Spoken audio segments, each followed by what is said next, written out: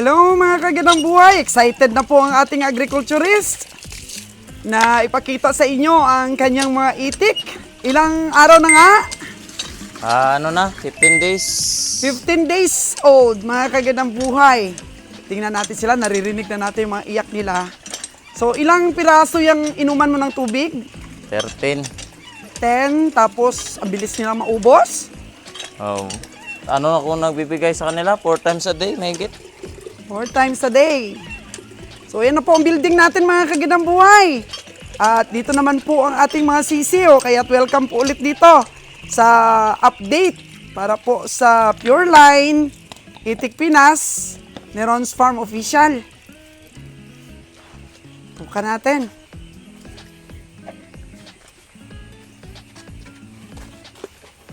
Ito lang buhay ko dito.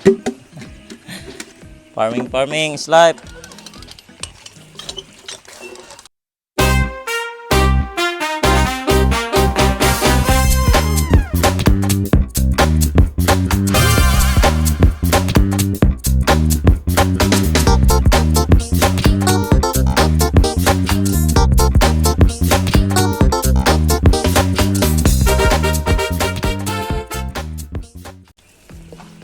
At long last, nagagamit na ni Ron's Farm Official ang kanyang water supply. Oh. Okay rin ang tubig, Ron? Okay minsan. Parang malinaw na. Oo, malinaw-linaw na rin. Pwede na naligo na kami dito. Hindi na mabaho. Hindi naman mabaho to eh. Ayan po yung pinadrill natin. At nagagamit na ngayon. Pero hindi malakas yung water supply. Ay, hindi, kulang pa talaga. Papalaliman pa. Palaliman pa natin. Doon tayo. Doon ang power supply natin, mga kagandang buhay. Oh. Doon. Hindi tayo nag-usog. Medyo makalat pa dito. Oh.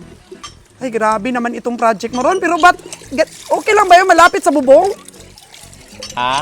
Malapit sa bubong yung sahig? Anong malapit sa bubong? Ayan o, dito sila, nakahanger type. Okay na yan. So, lagyan Okay natin na yan, ng heat absorber. Oo. Ito po, hanger type ni Ron na ginawang building. Semi-hanger lang. Semi-hanger. Tapos doon sila, may rice hull doon sa kabila. Opo. Dikit sa ating building po, mga kagandang buhay. Oh. Permanent na yan. Permanent na ito. Isang gastusan lang. Repair lang sa bandang huli, pero matagal pa. Ang tagal pa ito. Steel matting pa yan eh. Pakargahan ko pa steel matting yan. Saan? Yang hanger na yan. Hanger na yan. Steel matting, tapos lagyan mo ng kulay, kulay green. Steel matting lang. Kaya na yan ng mga itik. Malapad naman kasi yung paan nila. Papinturahan mo yung mga steel dalawang pieces. Pintura yan lahat. Primer yan lahat. Wala pa, hindi pa naka-primer yata. Hindi pa tapos. Wala pa kasing eh. Ano kaya ang sukat dito? Anong sukat dito, Ron? 100 meters. Square meters. 12.5 by 8. Kausapin nga natin si kontraktor. 12.5 by 8 nga ito. 12.5 by 8. Yes.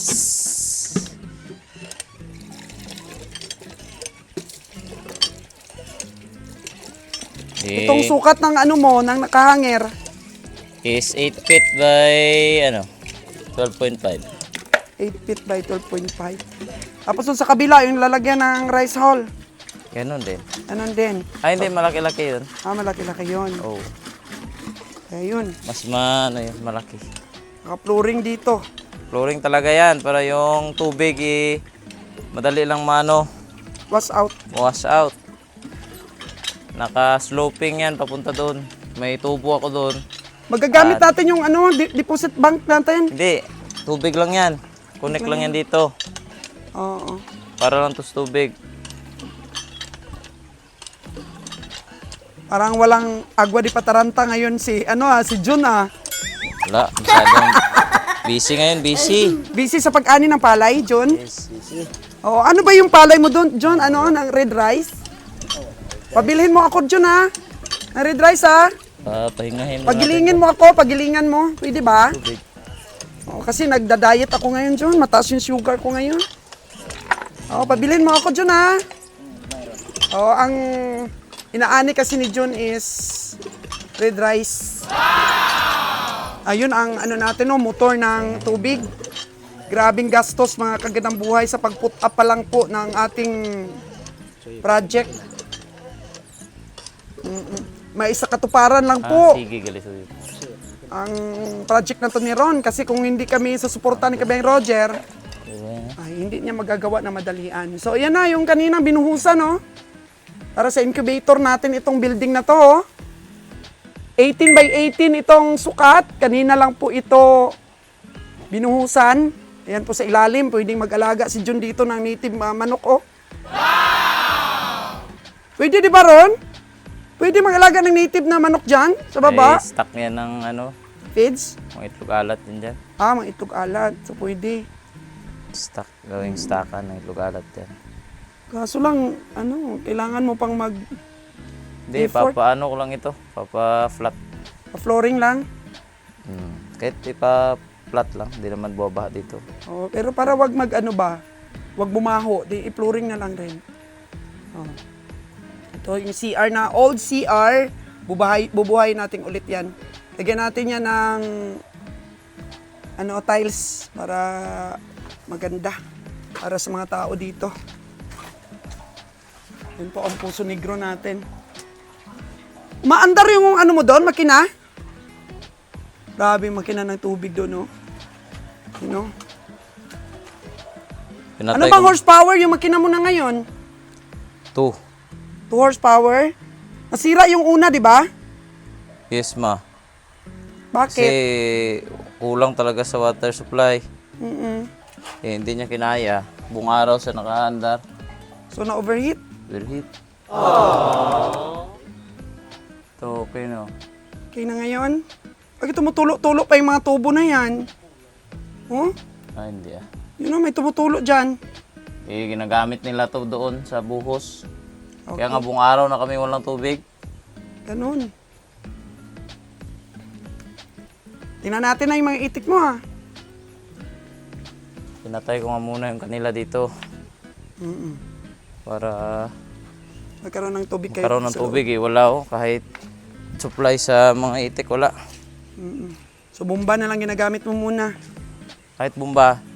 Kontraktor, pinatay ko muna yon. Bumba, wala na tubig, bumba. Ito ang kambingan ni Ron. Ang sa ilalim po nito, septic tank. Ilang chamber nga ito? Dalawa lang, no? Dalawa yata ito. Kasi yung una kasi nitong proposed project is babuyan, pero maganda dito ang itik. Doon na lang kami sa bagong bili namin doon sa may pabundok. Gagawa ng aming mga babuyan. So yan, tingnan na natin. Explain na ni Ron sa atin saan na kayo dito yung mga lalaking itik. Yan na sila. Ay, masyado silang Ron? Masyado silang crowded. Wala tayong magawa, wala palipatan eh. Ito yung mga lalaki. Oo. Ala, hindi naman ba makaapekto ito sa kanilang health? Hindi naman. Kakalinis ko lang ito. Kasi masyado silang talaga, oh. Importante lang yan, hindi sila maubusan ng Tubig? tubig at pagkain. Abaw. So ito po yung kaki, ito naman yung Team. itim. So sino ang mas marami? Marami-rami ng konti yung kaki. Alam mo yung itlog natin na kinuha kay Serenato, konti lang ang kaki nun. Mas marami yung itim. Pero nung napisa na sila, konti na yung itim. So ibig sabihin, much fertile yung yung kaki. Siguro. Hindi, depende rin sa dami ng itlog kasi yun. O mas marami nga yung itim nun. Hindi pa pwede itong lagyan ng electric fan sa taas? Hindi, no need na yan. Hindi naman dito mainit eh. Parang mainit nga. Hindi naman. Yung itim natin. Nasa ilan bang piraso yung itim mo na lalaki? Pinasobra-sobrahan ko yan kasi para magsiselect pa ako ng dyan. Maganda. Oo. Ay, grabe. Oh, ang ganda na ng sizes nila. 15 days old. So, nakaganito lang pala yung pagkain nila, oh. Yes. Cute ay. Automatic na feederer. So hindi sila hindi sila nagsisiksikan dyan? Kung mas stress sila, yan, hindi talaga maiwasan. Pero so far, wala namang namamatay na dito. Huwag mong isarado yung pinto ron para may pumasok na hangin. Oo nga, kapag umaga, di talaga ito sarado. Pag gabi lang. Kasi baka may mga predator. At siyempre, malamig dito kung gabi. Napakalamig dito kung gabi. May halo na nga mga lalaki, Kasi tumatalon-talon na sila dito, lumalipat-lipat. Laki na kasi talaga. Malaki na. Paka-cute ng mga ng mga kaki, no? Brown yan kung lumaki. Light brown. Pakagandang mga itik. Ganda. So, hindi muna po kami nag-order ng second batch, mga kagandang buhay, ng i-hatch natin or incubate natin dahil wala hindi pa talaga, basta lang kami umorder at nagpapisa, wala man lang preparation kung saan namin ilalagay. Sus, napakabastos talaga namin. Pero buti na lang, hindi na palpak ito. Okay lang rin Ganun talaga. Sa own experience po, matututo tayo sa ating line of business. Sa pag-iitik. Kaganda niya, mandali-dali na niyan pilian ng lalaki sa babae. Kitang-kita na yung gender. Kitang-kita niya. Hindi ka naman kayo nagkamali doon sa mga lalaking Hindi, double check niya. double check mo yun? Oo, ang bilis matuto ng ating agriculturist. Tinututukan niya talaga ito. Kahit yung pag-select po ng mga babae at lalaki, talagang tinutukan niya mabuti. Baka ma-stress pag matagal tayo dito? Hindi naman, sana yan sa akin. Ano yan sila? Lagi ako dito. Oo. Marami nang nai-inspire ron sa atin sa pag-alaga ng mga bibi. Sana mas marami pa sa susunod para hindi na tayo umangkat sa ibang lugar. Sana makapag-produce tayo ng maraming commercial line Yes. para di na tayo angkat ba ng itlog alat doon sa Mindoro, sa Batangas, sa Luzon. Dito na lang, may kakayanan naman tayong gumawa. Oo. Wala lang talaga kasing maraming pagkukunan ng alaga dito, mga siho. Meron naman. Meron halos, hindi naman lahat, pero halos lahat scammer. Scammer dito. Sabi na scam tayo, Kaya may kumuha ng bibi doon sa Iloilo dahil hindi scammer yung ating nakuna na yun. Baka makita niya yung ating vlogs, meron na tayong mga purebred dito. Hindi scammer yun, mga kagadabuhay, magandang ugali nun.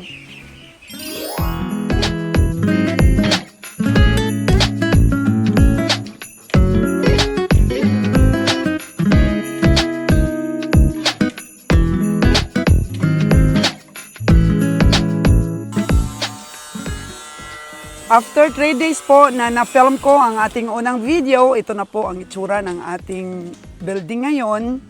Dahil po, nirush po ng ating contractor ang ating building. Dahil nga nakita natin mga kagandang buhay, medyo masikip talaga yung ating mga bibi. Kaya pakita ko mamaya na nakalipat na ang ating mga bibi sa mas maluwag nilang building. At ito naman pong ating lagayan ng ating incubator at hatcher, mga kagandang buhay, ay ginawa natin. Meron po itong biranda na pwede tayong magtambay-tambay dito sa gabi. Wow! Diyan po ang ating biranda mula po dyan sa pinaka dulo na poste. Yan kinatatayuan ng ating panday. Yun. Nasukat na nila at biranda lamang po ito na naka-grills. Parang may half na grills. Para po pwede nating tambay-tambayan at medyo dinikit po natin ito para hindi na po tayo problema ang hagdan. Yan. Kasi okay naman po itong spacing na to dahil naka-setback naman na po ang ating kalsada at barangay road lamang po ito, mga kagandang buhay. So yun, ang kanya pong bubong ay hanggang dyan lang sa may poste. Tsaka open lang po itong ating biranda dito, walang bubong Para lang po ito tambay-tambayan sa gabi. Style lang mga kaganabuhay. Lagyan natin yan ng beranda na stainless para may style pa rin po ang ating lagayan ng incubator. Kasi malapad naman po ito, 18 by 18 po ang sukat nito mga kaganabuhay. Kaya nagpapagawa lang nga rin tayo, gawin na nating maganda. Meron pa tayong terrace at beranda-beranda po dito. Sinusukat na ng ating kontraktor. Yan, pwede tayong makalagay ng misa-misa dyan para tambay-tambayan po ng ating mga workers. Pahangin-hangin. Tingnan lamang po natin kung gaano po kaganda ito pag natapos na. Lapit na nilang lagyan lahat ng bubong ang atin pong bagong kulungan ng ating mga itik. Pure line. Tingnan natin sila mga kaganang-buhay kung gaano nakaluwag sila. Yun. So itong area pa, lagyan pa yan ng building hanggang dun sa pinakadulo. Isagad natin doon pero buo siguro ang building dun sa sa pinakadulo.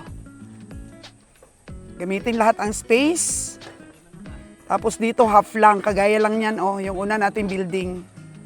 Half hanggang doon, tapos sa pinakadulo, buo na po na building. So magagamit po natin talaga at ma-maximize itong 700 square meter po natin dito na lot para po sa ating breeder. For breeder lang po ito ditong space. At dito naman po sa kabila, gagawa po tayo dito ng permanent building para po talaga sa atin pong production ng eggs. Yun. Yung mga nakikita po nating bibi, ito po yung mga unang bibi ni kabiyahing Ron's Farm Official para po sa kanyang pag-alaga. Study po mga kagandang buhay. Actually, may nagsabi po sa amin na dapat daw ay may technician talaga si Ron dito sa pag-aalaga dahil sayang nga po daw ang ating puhunan. Pero sad to say na dito po sa aming lugar ay wala pong equip ang knowledge na makuha nating technician. Kaya mamumuhunan po talaga si kabiyahing Ron's Farm Official para po sa kanyang pagkatuto. Okay lang po yun. Oo, so mag-uumpisa muna kami sa 1,000 breeders. Yan muna ang aming i-hit. Kasi dapat ma-hits namin sana yung 3,000 heads.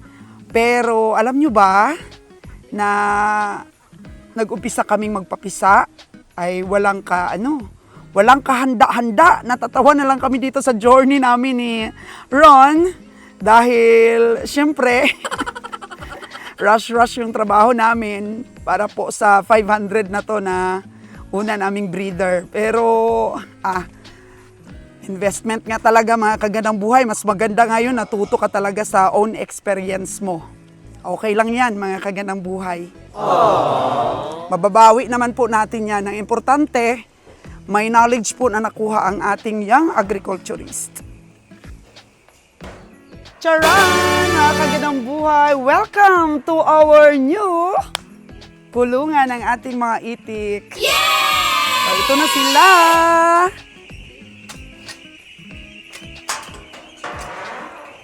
Oh, maluwag na sila. Ay, sorry. Sorry mga itik. So, ilan sila lahat ito, Ron? 500 heads of our pure line Itik Pinas. Ayun. Ang pure line Itik Pinas, mga kagandang buhay, ay dalawa lang ang color. Kaki at saka itim. Ayan. Ayan sila, napaka-healthy. So, ngayon, 18 days na sila. Tapos, bibigyan sila ni Ron's Farm Official ng vitamins. Ay! Ganito pala ang tunog ng bibi, mga kagandang buhay. So, itong area nila Ron, ilan ang area nito para sa 500? 100 square meters. Napaka healthy na nila. So ganito po ang turo sa atin para sa ating pure breed. Kailangan po mga kagandang buhay ay ano lang sila, lapag. Lapag and then akit sila dito. Ito na po, akit sila dito. Tapos meron pa pong equal size dito sa kabila. Ayan. Meron pa tayong isang kulungan dito. Nako. Mahirap pala mga kagandang buhay yung mag-ano tayo ba? Magpapisa tayo kaagad ng mga seho na wala pa tayong kulungan. Kaya na-pressure talaga at na-stress ang ating young agriculturist. Siyempre, hindi naman natin masasabi, mga kagandang buhay, na perfect po yung ating mga unang moves sa negosyo. Lalo na't wala kaming mentor. Wala kaming tinatawag na technician, mga kagandang buhay. So, mula sa pagpapisa, mula sa pag-incubate ng ating mga pure line, ang dami ng stress pero masaya. Hindi yung stress na tinakluban ka na ng langit. Hindi, kasi pinalaki namin ang aming agriculturist na matapang. Pinalaki namin na matatag ang loob. Kaya stress pero willing talagang matuto, mga kagandang buhay. So ayan na. Kahit na medyo malaki-laki ang naging puhunan natin, investment po ito, mga kagandang buhay, na pwede nating mabawi in the long run. At yung mga natutunan po ng ating young agriculturist ay kanya nang mapagyaman. At maipasa po sa mga farmers to be dito po sa aming lugar. Di ba? At magiging kapani-paniwala lahat ang mga testimony po ng ating young agriculturist. Gawa ng nakita naman ninyo ang aming journey sa pagpapisa pa lang at sa pag-alaga. Lahat yan, mano-mano ni Ron's Farm Official. At yung stress talaga mula nung mga namatay, yung mga napisa na, yung pag-hatch namin, grabe talaga, mga kagandang buhay. Pero look at now, kahit 500 heads lang ang naging okay, malayo po sa naging expectation na 750 heads ang makukuha namin sa 3,000 eggs na hinatch namin. Okay lang. Ang kagandang buhay yun. Nagbibigay na ng pagkain si Ron. Oh, gutom na sila, gutom na. Yan. Come on. Oh, tapos dito yung inuman nila ng tubig sa gilid at saka sa isa pang gilid. Tapos dito naman yung kanilang automatic feeder. Wow, gutom na sila. Very nice.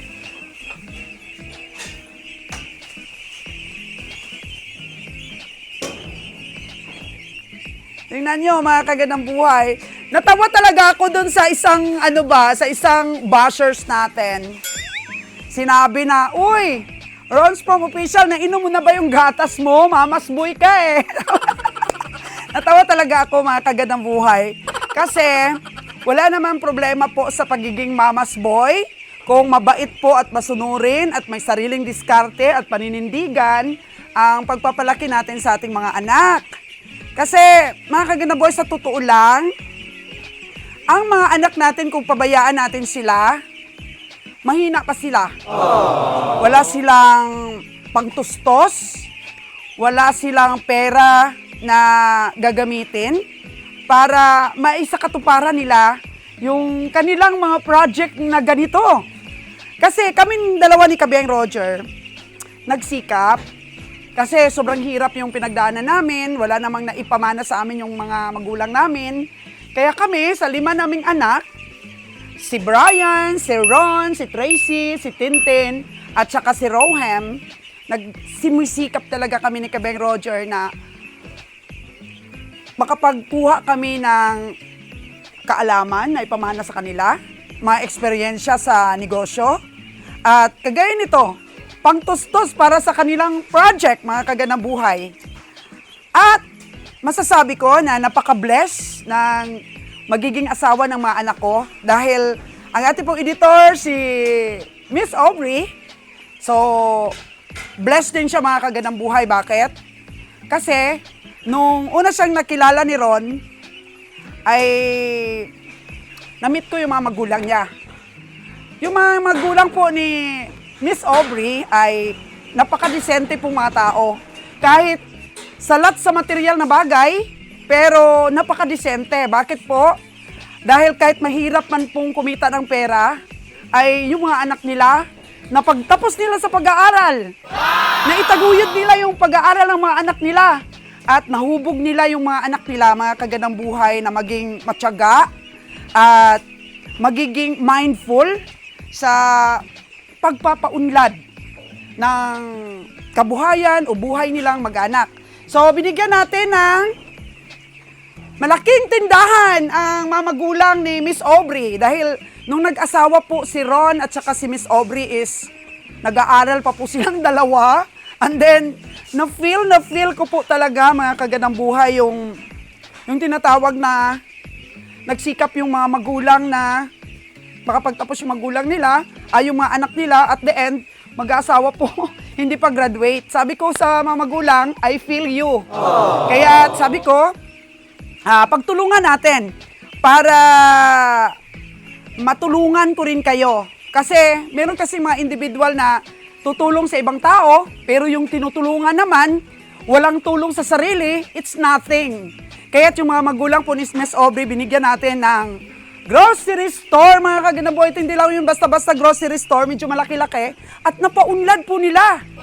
At gumanda po mula nun ang kanilang buhay, mga kagandang buhay. Kaya masasabi ko, hindi masama na maging mama's boy. Kasi, pagka masunurin, madiskarte, na namanas magulang, ox na ox. Tapos yung mga magulang, very supportive. Ikaw na nagsabi niyan, may mga magulang ka ba na katulad namin? Isa ka bang anak na masunurin at inoobserbahan at minamana ang mga magagandang qualities ng iyong mga magulang? Panalo! Panalo po pagka ganon, mga kagandang buhay yung anak natin. Yung kayang ipagmalaki ng kanilang mga magulang. So, kami masaya dito, sinusuportahan talaga namin yung mga anak namin. At sa pinaka-last breath po namin mga kagandang buhay, masaya kami ni Kabiang Roger. Kung makita namin ang aming mga anak ay productive, ang aming mga anak ay kaya nang tumayo sa sarili nilang paa, at papamana din nila sa kanilang mga anak at magiging history na lang po ang mga paghihirap namin ni Kabiang Roger sa stockyard.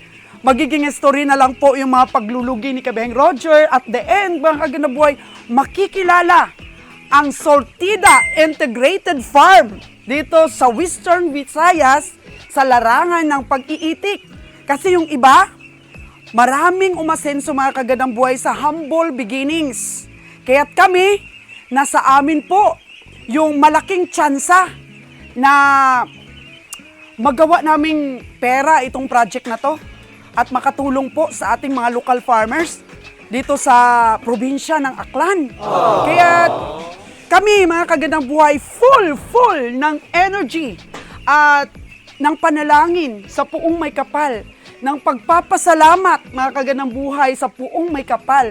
Hindi ko man po laging binabanggit dito sa ating vlogs, pero ang kagandang buhay nyo po, nagpipreach, nagba-Bible study sa mga tao, at marami pong mga activities kami spiritual, mga kagandang buhay,